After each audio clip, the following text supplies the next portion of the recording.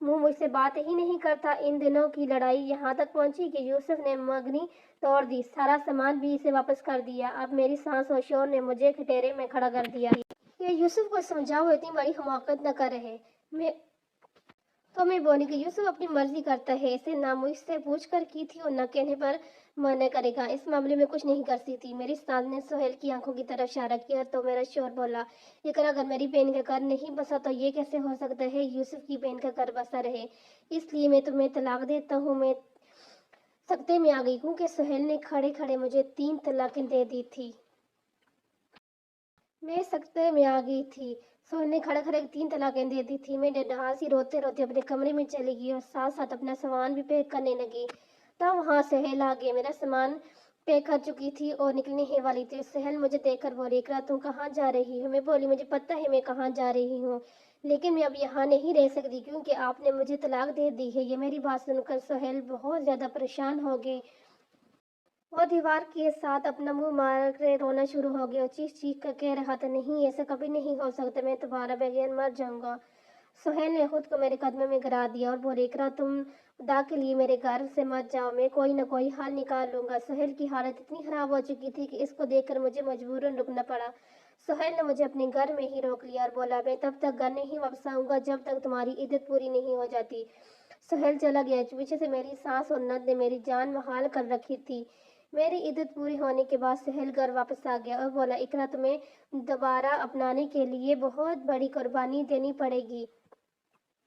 میں نے ایک شخص کا انتظام کر لیا ہے، تم اس کے ساتھ نکاح کر لو، حلالہ کر کے میں پھر تم سے نکاح کر سکوں گا۔ میں عجیب کشمکش بیچ میں پڑ گئی تھی کہ زندگی مجھے کیسے کیسے امتحانات سے گزار رہی ہے۔ اگر میرا شوہر مضبوط اعصاب کا مالک ہوتا تو مجھے آج یہ دیکھنے نہ پڑتے، پر مجھے پر مصیبتیں نہ ٹوٹتی کیونکہ میرے شوہر بذات خود تو اچھے انسان ہے، مجھ پر جان نشاور کرتا ہے۔ میں نے سہیل کی بات مان لی کیونکہ میرے سر پر میرے باپ کا سایہ بھی نہیں تھا۔ بیوہ ماں میرے لیے کیا کچھ کر سکتی ہے، اس لیے میں نے سہیل کی بات مان لی۔ میں نے یہ تک نہیں دیکھا کہ سہیل میرے نکاح کس سے کروا رہے ہیں۔ اگلے دن میرے نکاح تھا اور میں رخصت ہو کر اپنے دوسرے شوہر کے گھر آ گئی۔ تھوڑی دیر گزری تھی کہ میرا دوسرا شوہر میرے کمرے میں آ گیا اور آ کر یوں ہی میرا گھونگھٹ اٹھایا تو میرے پاؤں کے نیچے سے زمین نہیں ہلی، کیونکہ وہ تو یہ اس وقت کی بات ہے جب میں 17 برس کی تھی۔ میں کالج جایا کرتی تھی، بکنگ ایئر ڈراپ مجھے ابو ہی دیا کرتے تھے۔ ایک دن گھر سے نکلی تو ایک وین میرے پاس آ کر رکی اور ڈرائیور نکل کر بولے، آج آپ کے ابو آپ کو لینے نہیں آئے، اس لیے مجھے آپ کو پکنگ کرنے کے لیے بھیجا ہے۔ میں جب چپ چاپ اس وین میں بیٹھ گئی، وہ وین والا کسی انجان سڑک کی طرف لے گیا۔ تب میں نے گھبرا کے پوچھا، انکل آپ کہاں لے کے جا رہے ہیں؟ میرا گھر تو اس راستے پہ نہیں آتا۔ ڈرائیور نے میری کسی بات کا جواب نہیں دیا اور چپ کر کے گاڑی چلا رہا تھا۔ میں بہت زیادہ خوفزدہ ہو گئی تھی اور چیختی چلاتی رہی۔ تب ہی وہ وین رکی اور میری کلائی سے پکڑا رکھا تھا اس نے مجھے وین سے نکال کر دوسری آدمی کے ہاتھ میں تھما دیا۔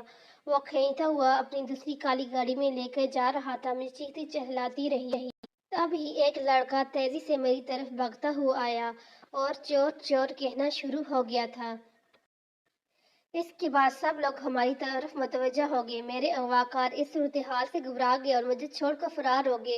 اس لڑکے نے مسکرا کر میری طرف دیکھا اور کہا، شکر ہے آپ محفوظ ہیں۔ اس نے مجھے کہا، آپ فکر مت کریں، اب آپ محفوظ ہاتھوں میں ہیں۔ پھر اس نے ٹیکسی روکی اور مجھے گھر تک چھوڑ دیا۔ اس نے مجھے بتایا تھا کہ وہ فروٹ کی ریہڑی لگاتا ہے۔ میں نے یہ بات کسی کو نہیں بتایا تھا کیونکہ مجھے لگتا تھا کہ سب مجھے ہی غلط سمجھیں گے، تو بس اب مجھے وین سے بہت زیادہ ڈر لگتا تھا۔ آج جب میری دوسری شادی ہو چکی تھی تو اس نے میرا گھونگھٹ اٹھایا تو میں بہت زیادہ حیران رہ گئی تھی کیونکہ وہ کوئی اور نہیں بلکہ وہ ہی پھل فروش تھا جس نے مجھے اغواکاروں سے بچایا تھا،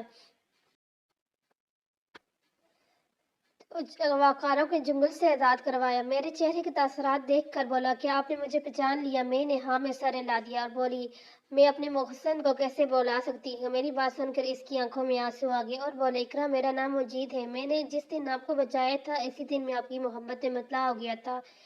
کیوں اور کیسے میں یہ نہیں جانتا تھا، مگر آپ کو ہر حال میں حاصل کرنا چاہتا تھا، اس لیے میں نے دن رات بہت محنت کی اور اتنے پیسے کمائے جس سے آپ شادی کر سکوں۔ میں نے آپ کے گھر جس دن رشتہ بھیجا تھا اس دن مجھے پتہ چلا کہ آپ کی شادی ہو گئی ہے۔ میں نے یہ صدمہ بڑی مشکل سے برداشت کیا۔ میں آپ کی جھلک دیکھنے کے لیے آپ کی گلی میں بھی آیا کرتا تھا۔ ایک دن میں نے آپ کو دیکھا کہ آپ چھت میں کپڑے ڈالنے آئی تھی، تب میں نے آپ کو دور سے دیکھ کر ہی خوش ہو جایا کرتا تھا۔ پھر ایک دن مجھے پتہ چلا کہ آپ کے شوہر نے آپ کو طلاق دے دی ہے، وہ آپ کو کوئی مرد ڈھونڈ رہے ہیں جو آپ سے حلالہ کرنے کے لیے رضامند ہو جائے۔ تو میں خوشی سے جھوم اٹھا اور آپ کے شوہر سے کہتی ہے کہ میں حلالہ کرنے کو تیار ہوں، کیونکہ یہ چند دن آپ کے ساتھ بتاؤں گا تو میری ساری زندگی جی جمع ہو۔ اس دن کے بعد مجید نے مجھے اتنی زیادہ خوشی دی کہ میں حیران رہ گئی کہ وہ بہت اچھا انسان ہے۔ شادی کے تیسرے دن اس نے مجھے طلاق دینی تھی۔ اس دن وہ میرے پاس آ کر بیٹھا اور مجھے کہا کہ اکرم، میں آپ کو لگژری لائف سٹائل نہیں دے سکتا، آپ کے لیے نوکر چاکر نہیں رکھ سکتا، لیکن آپ کو عزت مان اور پیار دے سکتا ہوں۔ میں آپ سے درخواست کرتا ہوں کہ آپ مجھے چھوڑ کر اپنے پہلے شوہر کے پاس مت جاؤ۔ اس نے پہلے بھی آپ کی قدر نہیں کی تو اب کیا کرے گا؟ ایک بار طلاق دے چکا ہے تو اب کیا گارنٹی کہ دوبارہ آپ کے ساتھ یہ کام نہیں کرے گا یا آپ کے ساتھ اچھا رہے گا؟ میں مجید کی بات سمجھ گئی اور مجید نے مجھے بہت عزت و مان دیا تھا، اس لیے مجھے مجید سے عقیدت تھی۔ اس نے دوبارہ مجھے بچایا، اس لیے سہیل کو میں نے اپنا فیصلہ سنا دیا کہ میں مجید سے طلاق نہیں لے سکتی۔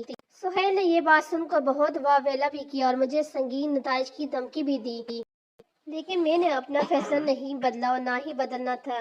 میں نے مجید کے ساتھ بہت خوش تھی۔ اللہ پاک نے مجھے بیٹی جیسی نعمت سے نوازا تھا۔ تب مجھے پتہ چلا تھا کہ سہیل نے بھی دوسری شادی کر لی ہے اور اب کی بار وہ مکمل طور پر بیوی کا غلام بن چکا تھا۔ اس نے بیوی کے کہنے پر اپنی ماں اور بہن کو اپنے گھر سے نکال دیا تھا۔ میں یہ نہیں کہہ رہی کہ اس نے اچھا کیا، لیکن ہر انسان کو اپنے کی سزا لازمی مل کر رہتی ہے۔ جو اچھا کرے گا اسے اچھا ملے گا، جو برا کرے گا اسے برا ملے گا۔